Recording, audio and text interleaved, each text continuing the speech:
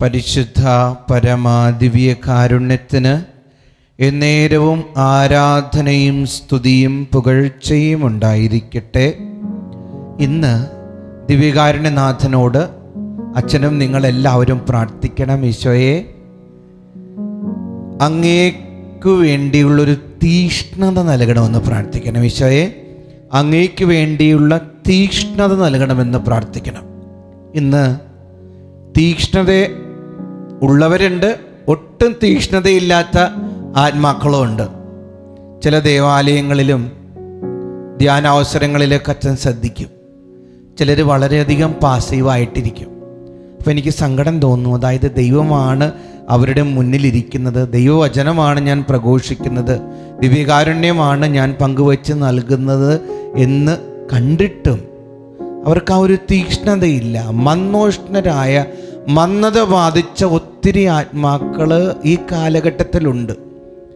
നമ്മുടെയൊക്കെ കുടുംബങ്ങളിലുണ്ടാവും. ഭർത്താവും ഭാര്യയും മക്കളും ആരെങ്കിലുമൊക്കെ ആയിട്ടുണ്ടാവും. ഒരു പ്രാർത്ഥനയുടെ അരൂപിയില്ലാതെ, ഒരു ജ്വലനമില്ലാതെ ഇങ്ങനെ മന്ദിച്ച് ജീവിക്കുന്ന, ഉദാസീനതയോടെ ജീവിക്കുന്ന, ദൈവത്തിൻ്റെ മുന്നിൽ പ്രാർത്ഥിക്കാത്ത ഒത്തിരി പേരുണ്ടാവും.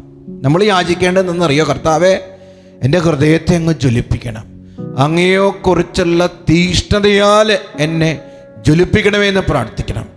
കർത്താവ് ജെറുസലേം ദേവാലയത്തിൽ ചെന്നപ്പോൾ കാണുകയാണ്, പിതാവിൻ്റെ ആലയം കച്ചവട സ്ഥലമാക്കിയേക്കാണ്. നാണയങ്ങൾ മാറ്റുന്നവർ, ചെങ്ങാലികളെയും ആടുകളെയും പ്രാവുകളെയൊക്കെ വിൽക്കുന്നവരെയൊക്കെ കണ്ടു കഴിഞ്ഞപ്പോൾ ഒരു ചാട്ടവാരൻ എടുത്ത് അവരെല്ലാം അടിച്ച് പുറത്താക്കണം. ആ ആലയത്തെക്കുറിച്ചുള്ള തീഷ്ണത കർത്താവിന് ഇങ്ങനെ ജ്വലിക്കുകയാണ്. ഈ സങ്കീർത്തനം അതാണ്. സങ്കീർത്തനം 69:9, അങ്ങയുടെ ആലയത്തെക്കുറിച്ചുള്ള തീഷ്ണത എന്നെ വിഴുങ്ങിക്കളഞ്ഞു. കണ്ടോ, കർത്താവിന് പിതാവിൻ്റെ ആലയത്തെക്കുറിച്ചുള്ളൊരു തീഷ്ണത വന്നു. ഇതുപോലെ നമുക്കും ദൈവത്തിന് വേണ്ടിയിട്ടുള്ളൊരു തീഷ്ണതയുണ്ടാകട്ടെ. നമ്മുടെ ഈ ശരീരമെന്ന് പറയുന്നത് ദൈവത്തിൻ്റെ ആലയമാണ്. വചനം പറയുന്നത് പോലെ പരിശുദ്ധാത്മാവിൻ്റെ ആലയമാണ്. ഈ ആത്മാവിൻ്റെ ഈ ശരീരമാകുന്ന ആലയത്തെ നശിപ്പിക്കുന്ന ഏതെങ്കിലും തിന്മകളുണ്ടെങ്കിൽ, വെറുപ്പോ വൈരാഗ്യമോ കോപമോ വ്യഭിചാര ദുർബോധമോ ഒക്കെ നമ്മളിൽ കുടികൊള്ളുന്നുണ്ടെങ്കിൽ, ഈശോയെ അതിൽ നിന്നൊക്കെ വിടുതൽ നൽകണമേ, അങ്ങയുടെ ദിവ്യ സ്നേഹത്താൽ എന്നെ ജ്വലിപ്പിക്കണമേ എന്ന് പ്രാർത്ഥിക്കണം.